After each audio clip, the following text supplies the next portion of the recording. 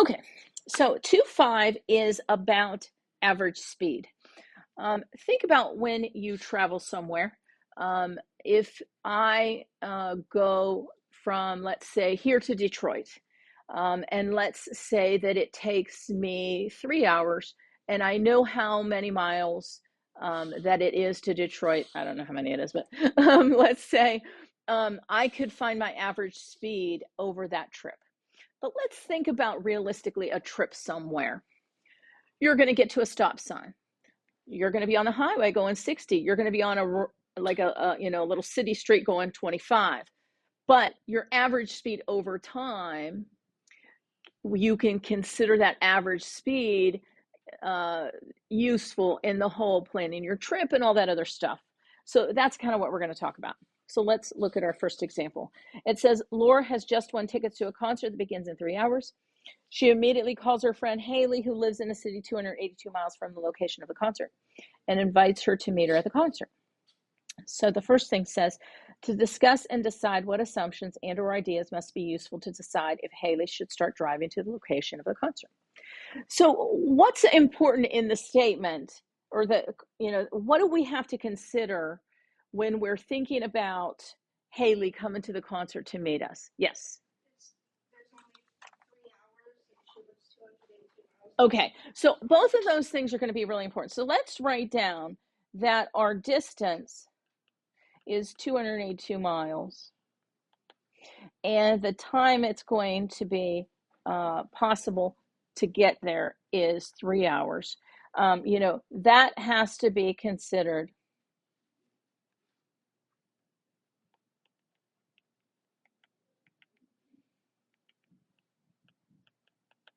in making any plans. Okay, so those things are going to be super important, right? So now let's kind of think about average speed for a moment. So in part B, it says, what does the average speed tell us, or will it give us information about is Haley going to get to the concert on time? So if we do the 282 miles divided by 3 hours, we get 94 miles per hour. I'll just put MPH that's a common abbreviation for miles per hour.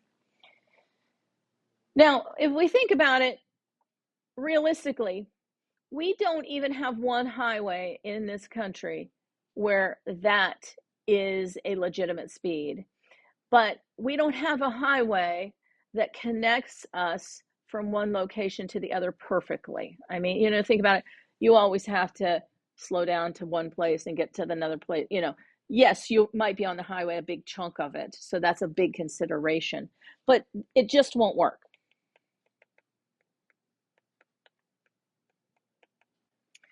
Now, let's think about the fact that if there was 4 hours to get there, if instead of 3 hours, Haley had 4 hours, 282 divided by 4 is still 70 miles per hour average. So we do have some of our, like the turnpike, I believe, is 70, but still think about getting to the turnpike. That's going to slow you down.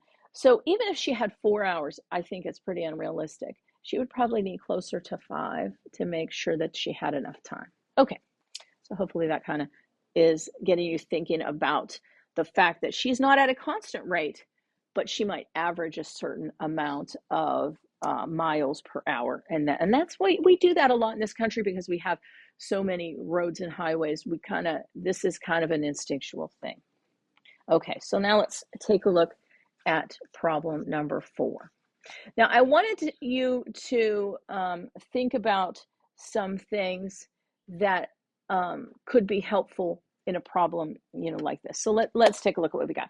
Because the formulas we've been dealing with before were linear, y equals mx plus b, y minus y1 equals m times the quantity of x minus x1. Those equations came into play with what we were doing so far. And I wanted to kind of highlight our distance formula right here. Now it says a car is driving away from a crosswalk.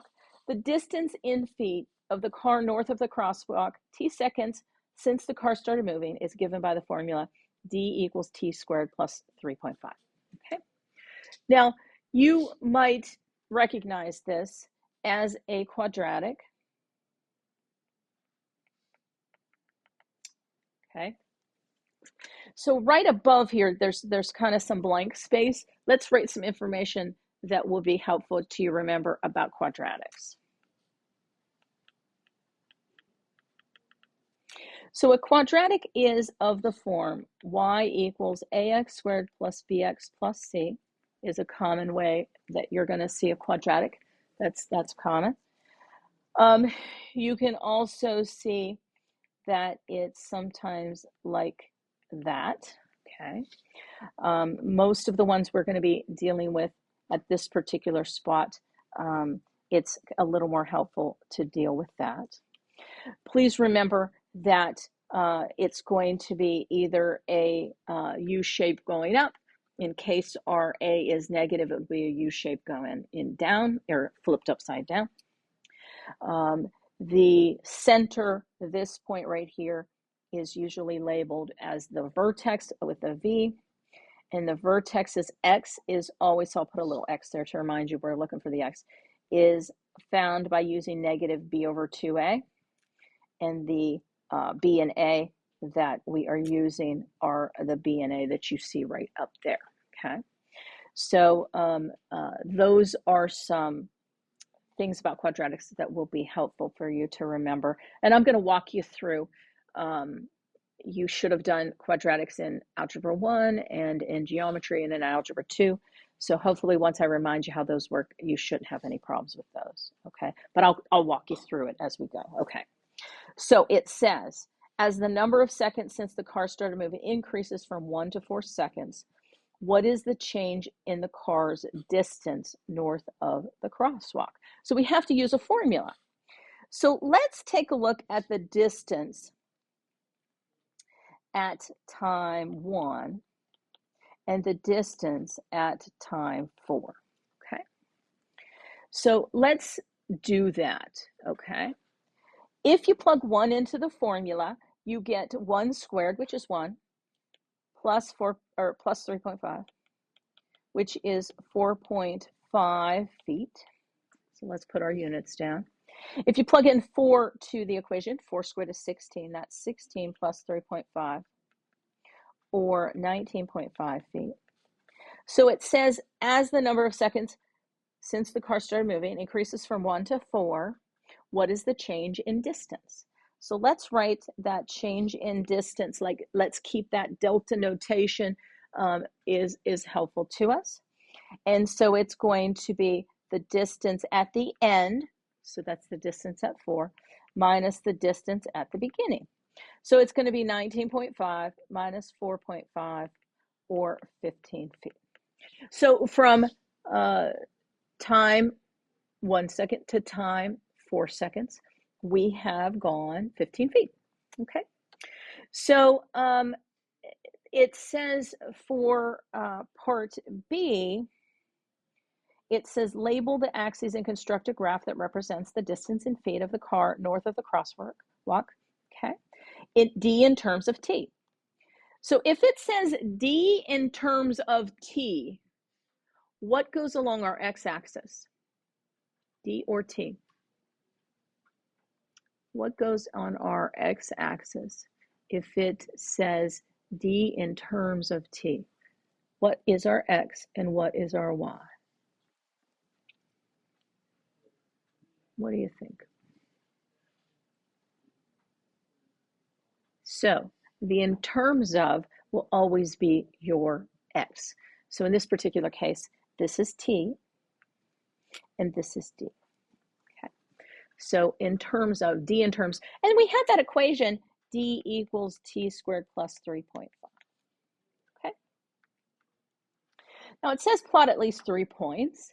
So let me show you. We're going to just make a little table over here.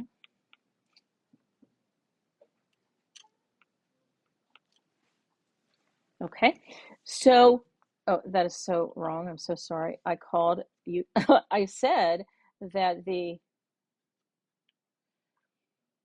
t was our x and the d was our y. Well, I should put that in there. Okay, so let's think just for a moment what we know. We can't have a negative distance, so we only have to plug in from 0 and up higher. We know it's a parabola shape. If you plug in 0, you get 3.5. If we plugged in 1, we got 4.5. If we plugged in 4, we got 19.5. So why not use those already? We've done the work. We don't have to do more work than that. We know it should be a U shape. We're only going to be using half of the U because of the fact the other half is the negative portion. So at 0, start at 3.5. Then you just guesstimate for me. You don't have to, it doesn't have to be perfect. At 1, we got 4.5. And at 4, we got 19.5. And we should know that it should look, sorry, like a half of the parabola. So this is the positive half of the parabola.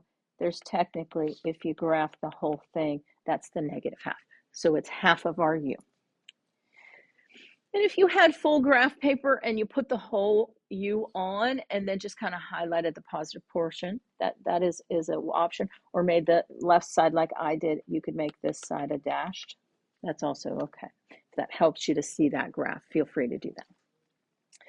And then it says, what do the points that make up the curve represent? So it is the relationship between time and distance traveled. So that, you know, it's just, that's what the graph is, okay? Now, one thing that starts to head us toward thinking about calculus stuff is part D, okay? Now, I need to see this, so I'll read to you what D says, or at least I'll scooch it in a little bit. I don't want the graph to get too small here.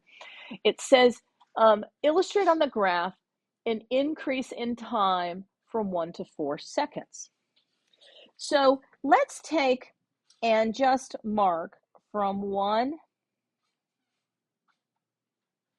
to 4 like that. So our change in time is 3. And I know that I've seen in iMath where they've had you show that change in whatever on the graph, and they have you put a little arrow. So that is common, okay?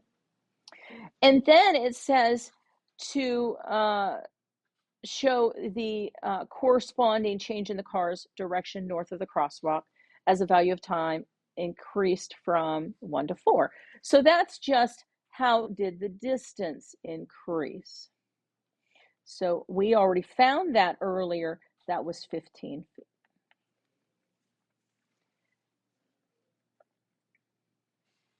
And you could even put, I didn't really put on here that that's seconds and that's feet. I should have probably did that. Okay. So, and my arrow, I guess, could have, you know. Okay, so that's kind of what they're looking at. And then what's kind of interesting is this next spot. Okay. So it says, plot the points 1, 4.5, and 4, 19.5. We did that, okay? And draw a straight line passing through them. We haven't done that part. So can we do that for me, please? Could you please draw the line that connects those 2 points on the graph? Now that is called a secant line. A secant line touches any 2 points along the graph. A secant line will tell us about the change at exactly those 2 periods in time. So the slope of that line is the change in D over change in T. So if you look at, it says determine the constant rate of change of the linear expression. So the slope of that line is just change in distance over change in time of that secant line. So that is the average rate of change at those two precise instants of time. Remember, we found, and we drew on the graph that that was 15 feet, and this was 3 seconds. We've already done the work for a 5 feet per second constant rate of change at those two precise moments on the graph. If I change the spots that I picked, maybe I went at 0 seconds and 6 seconds. Maybe I went to 2 seconds and 3 seconds. If I change those, the rate changes. It is not constant throughout the graph. It is constant at a particular moment of time, between two particular moments of time, I guess you could say it. Okay, so that is kind of a newer concept. All of those things you know how to do. One of the things you're going to find is just interpreting what iMath says. So as you do iMath, if you're working on 2.5, you might want to have 2.5, the little note sheet, the investigation open. So then you can compare it. How did they ask the question? What did Mrs. Hott do? And I'll try to, do it as closely with iMath as possible. Okay. Any questions about number 4? Okay. And so now we're going to do number 5. Okay. Now, for number 5, let's talk about some things here. We have a new equation, so let's highlight that. It's still a quadratic. Okay. It says determine the value of the first distance when time 1 is 2. Okay. So we're going to say, what is the distance when time is 2? So it's just 2 times 4, 2 squared is 4, minus 8 times 2 plus 8, which is 8 minus 16 plus 8, or 0. So distance 1 is 0. And because if you read the question, the first thing says is that distance is represented in feet, so let's put feet. Now, what does that mean? Well, it just means that it took us 2 seconds to get started. So maybe we were at a stop sign for 2 seconds, and then we didn't go anywhere. Then we got started. That's all that means. Okay. Now, part B says if we call distance 2 D2 at time 2, 5, what is D2 and T2 represent? Well, D2 is just the distance at that particular time, or the distance at 5. So let's find the distance at 5. So 2 times 5 squared is 2 times 25, minus 8 times 5 plus 8. So we're just doing order of operations. Some things, if you can do it in your head beforehand, that square, it will make it so you might not mess up the order of operations. So I tend to do easy numbers that are easy to square. I'll just do that. 2 times 25 is 50. 50 minus 40 plus 8 is really 58 minus 40, or 18 feet. So at the distance 2 is 18, or at 5 seconds, we have gone 18 feet. This one up here meant at 2 seconds, we have gone 0 feet. Okay. Now it says for C, determine the value of D2 minus D1 over T2 minus T1 and explain the value represented of the context of this situation. The constant rate of change that is going to be displayed, because that's just the change in distance over the change in time again.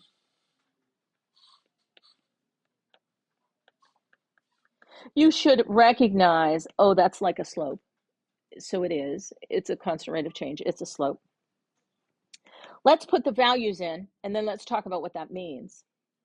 So that is going to be 18 minus 0. That's the change in distance. Over the change in time, that would be 5 seconds minus 2 seconds, or 18 over 3, or 6 feet per second. Now, what that tells us, at that particular exact moment in time, between 2 seconds and 5 seconds, we have averaged 6 feet per second at that interval, at that time. Now, if we choose 2 different times, we'll get possibly, most likely, a different answer. So, keep that in mind, okay? Now, I want to practice graphing these things because we need practice graphing parabola type things. So let's take a look at this equation. I said earlier that the vertex of a parabola, the x value at least, is negative b over 2a. So in this particular equation, the a is 2, the b is negative 8, and the c is 8. You should have remembered that from the quadratic formula, from the vertex formula. This is a formula you want to have written down and know, okay? So the b value is negative 8, so the opposite of that becomes a positive 8. I always think of that negative b as the opposite of b. That word opposite will help you to remember to always change that sign. And that 2 a's would be 4 or at 2 seconds. We found earlier that at 2 seconds we were at 0. That is another good indication that we are at a vertex there. I did it again. Let's put T and D on there. Okay. So I already know that at 2 seconds, I am at a distance of 0. So because distance is a positive construct, let's go 0. Let's go 2 below that so we can have a starting place. Let's plug in 4. We already know the answer to 5. Okay, so at 2 we got 0. Earlier we plugged that in. At 5 we got 18. So let's just plug in the extra values that we talked about. If I plug in 0, I get 8. Because of the symmetry of a parabola, if I plug in 4, I should also get 8. Well, 2 times 16 is 32. Minus 16 is 16. Wait, let's do that again. Let's see. No. Okay. 2 times 16 is 32. I got that part right. But 8 times 4 is 32. Plus 8 gives me 0, or gives me 8. Oh my gosh. So anyway, if you ignore everything I just said and just do the math, these two values are equidistant from the center, the vertex of our parabola. You should get equal values because of that symmetry of a parabola. So if these don't match and you think that's the vertex, that's why I knew my math was a little wonky. So I checked it again and I got 8 both times. So let's put our time here is in seconds. Our distance here is in feet. Let's graph our parabola. So at 0, 8, I'm here, or at 0, I'm at 8. At 2, I'm at 0. At 4, I'm at 8. See that symmetry that we're talking about? That's what we want to happen. And then at 5, I'm at 18. So make your parabola. If you had full graph paper and you made this part dashed, if that made you visually, better thinking of what your parabola looked like, feel free. Doesn't hurt anything. Okay. Says, describe how the car's distance south of the intersection varies over the first 5 seconds since it started moving. Okay. So the distance south of the intersection, I am 8 feet away. I have to get to that intersection, and then I'm 8 feet away again, and then I'm 15 feet away. So it's always saying that we decreased our distance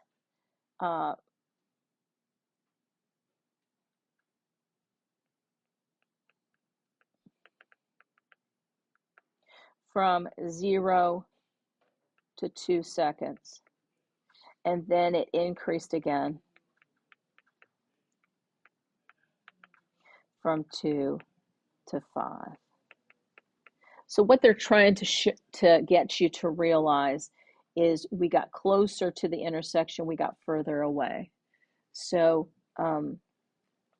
I think just describing it as a, hey, I got closer, I got further away, I think is a good just way to think about it, okay?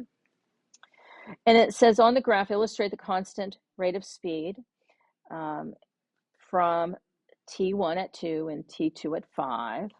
So all you're going to do when that's asked of you is you're going to put the spots. Remember, that's your T1 and that's our T2. You're going to make a line between them.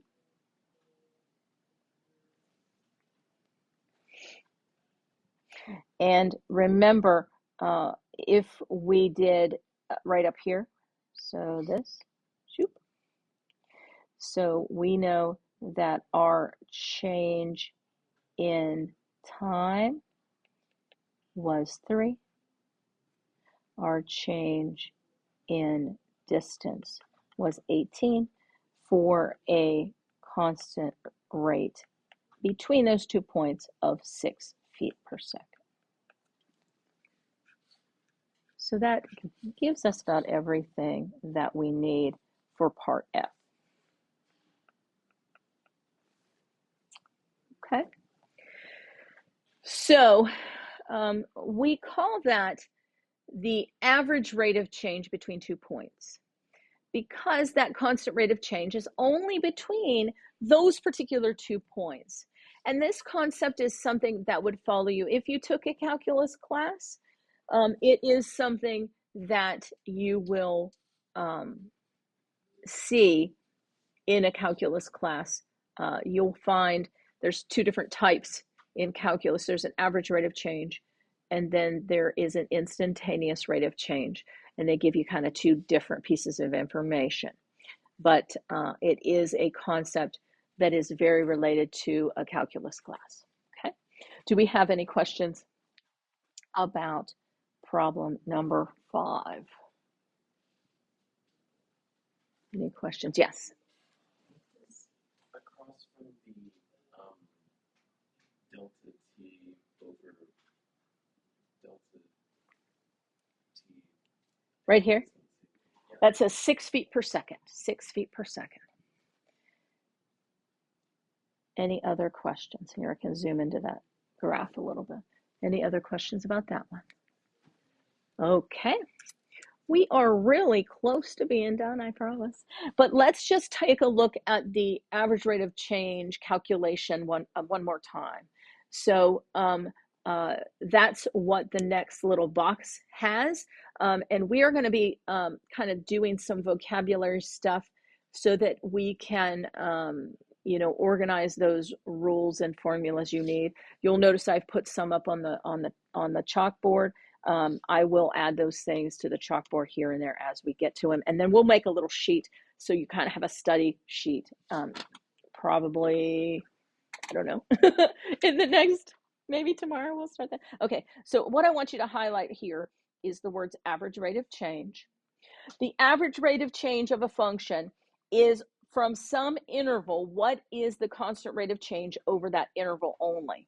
Okay, so what you're doing, even if there's a curve, highlight on your graph, you get to pick 2 points, and it's just the slope between those 2 points. So you'll see it's just the slope between those 2 points. It's a common tool for estimating the rate of change of a function over some particular interval of the function. So it's just allowing us on that interval, if the constant rate of change is positive, my function is going to be going, it seems to be going upward on an average, at that point. If it's negative, it's going downward and stuff. So it gives us some information about what's happening just on a little narrow window of the function, okay? So here's just some calculations we're going to do. We have a distance formula. So we're going to just calculate the average speed on that interval, okay? So our interval A is from 2 to 6. So what I want you to do is I want you to plug in 2. I want you to plug in 6. So we can find our first distance and our second distance. If we plug in 2, we get 2 squared, which is 4, minus 2 times 2, which is also 4, or 0. Great. Okay. If we plug in 6, we get 36 minus 12, which is 24. So then our average rate of change is our change in distance over change in time. That's going to be our average speed. So it's going to be 24 minus 0 over 6 minus 2. 24 minus 0, 6 minus 2. So that is going to be 24 over 3. Is that 24? Over 4, I'm sorry. 6 minus 2, Mrs. Hott, is 4, the last I checked. And then that's going to be 6 feet per second. So they're not super difficult, calculations. You're just going to use the formula at the 2 particular times that they have given you, and then you do the change in distance over the change in time. Okay. Do we have any questions about that first one, 6A? Okay, now let's look at 6B. So find the distance at 6 and the distance at 10. Same formula, different interval. Okay. From 6 to 10. So if we plug in 6, we get 36 minus 12. We already found that was 24. So you can use if you've already found that information before. If you plug in 10, you get 100 minus 20, or 80. So the change in distance over change in time for this interval, same function, but a different spot, it's going to be 80 minus 24 over 10 minus 6. Now it's still 4 seconds, but this time we've changed by 56 feet. So 56 divided by 4 is 14 feet per second. So in that particular interval, from 6 to 10 seconds, the person traveled a little faster. So they were slower from 2 to 6. Now they're faster from 6 to 10. So then finally, let's do from 10 to 11. So from 10 to 11, we already found 10 was 80. We did that earlier. 11 squared is 121. 2 times 11 is 22. So that's 99. Ignore the little stars there. That allows the page to, the application I make these in, it allows the page, needed some room at the bottom, so that's why those are there. But anyway, so now the change in distance over change in time is 99 minus 80 over 11 minus 10, which is 19 over 1, or 19 feet per second. So if we were to describe what the car is doing between 2 seconds all the way up to 11, since we're all connected, we can say from 2 to 6 seconds, they were going the slowest. They average about 6 feet per second. Then from 6 to 10, they sped up a little bit. They were going about 14 feet per second. And then finally, from 10 to 11 seconds, they were going the fastest at a average rate of speed at that particular time from 19 feet per second. So it just gives us a little bit of information that it's going a little faster over that time interval. Okay.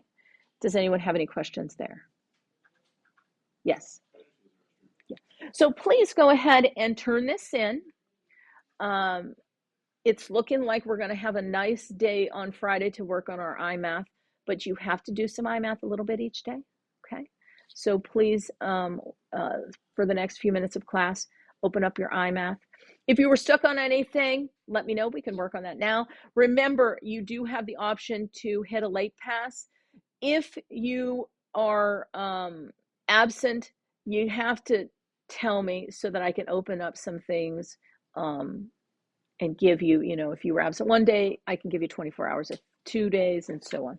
Okay, so there you go. There's 2, 5.